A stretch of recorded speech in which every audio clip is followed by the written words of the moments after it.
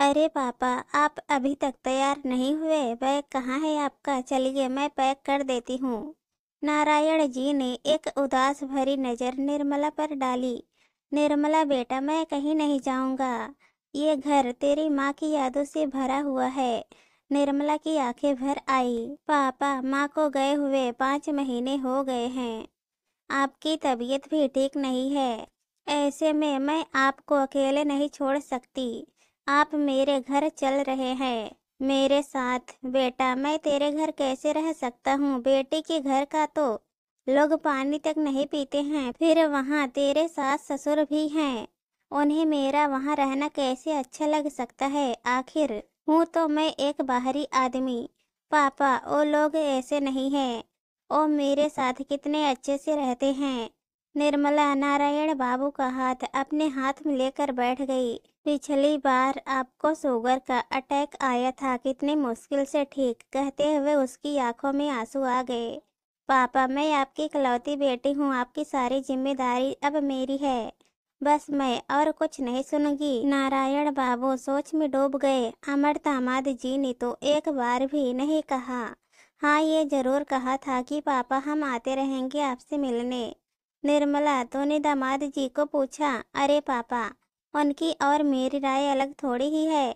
निर्मला नारायण जी को लेकर अपने घर आ गई। उसके सास ससुर समधी को देखकर चौंक गए।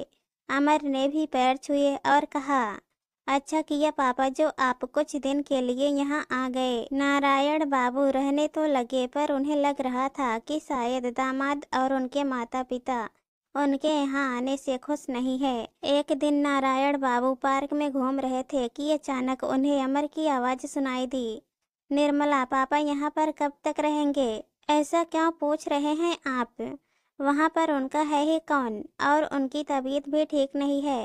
अरे तुम समझ नहीं रही हो, हमें तो अपने घर में ही अजीब सा महसूस होने लगा है।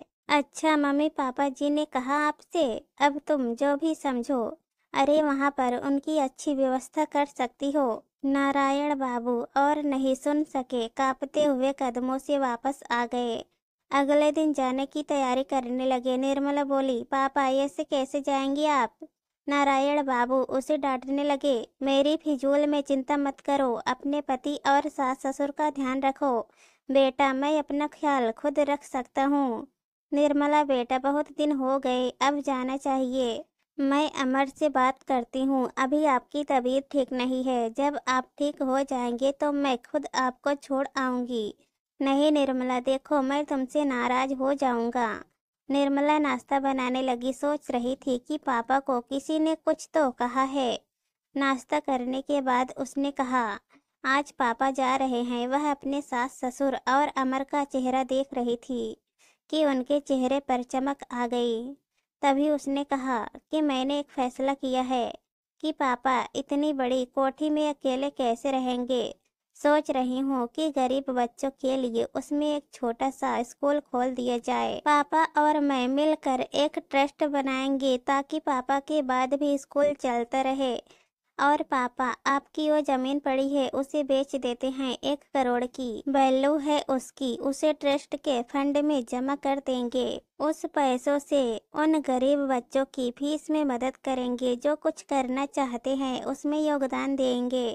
बाकी आपके पेंशन और फंड आपके लिए बहुत है। पापा, मैं आज से ही इस पर काम शुरू करती हूँ। नारायण बाबू हतप्रभ होकर उसे देख रहे थे। अमर की आंखों के सामने तो अंधेरा छा गया। उसके मम्मी पापा का मुंह खुला रह गया। मन ही मन हिसाब करने लगा। 3 करोड़ की कोठी, 2 करोड़ की जमीन और फंड, इतना बड़ा नुकसान। जब वह नारायण बाबू को छोड़कर लौटी तो अमर उसका इंतजार कर रहा था। ये सब क्या बकवास कर रही हो तुम? निर्मला मुस्कुराई और बोली, ये बकवास नहीं, सच है। ऐसा मैं इसलिए करूंगी कि किसी को भी मेरे पिता की मौत का इंतजार न रहे। पापा ने मेरी शादी पर ऐसी कौन सी चीज है जो नहीं दी? अमर गुस्से से बोला, ये तो उनका फर्ज था। फर्ज सिर्फ लड़की के बाप का होता है क्योंकि उसने लड़की पैदा करने की गलती की है। मैं अपने पापा की इकलौती बेटी हूँ, तो क्या मेरा फर्ज नहीं था उनकी देखभाल करने का? वो भी ऐसे वक्त में जब उनकी तबीयत ठीक नहीं है और उन्हें सहारे की जरूरत है।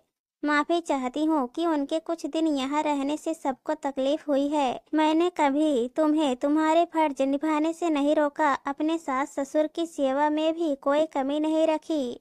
तुम मुझे मेरे पिता के प्रति मेरा फर्ज निभाने से नहीं रोक सकते। उसकी आवाज़ में दृढ़ता थी। अमर खामोश होकर उसे देखता रह गया।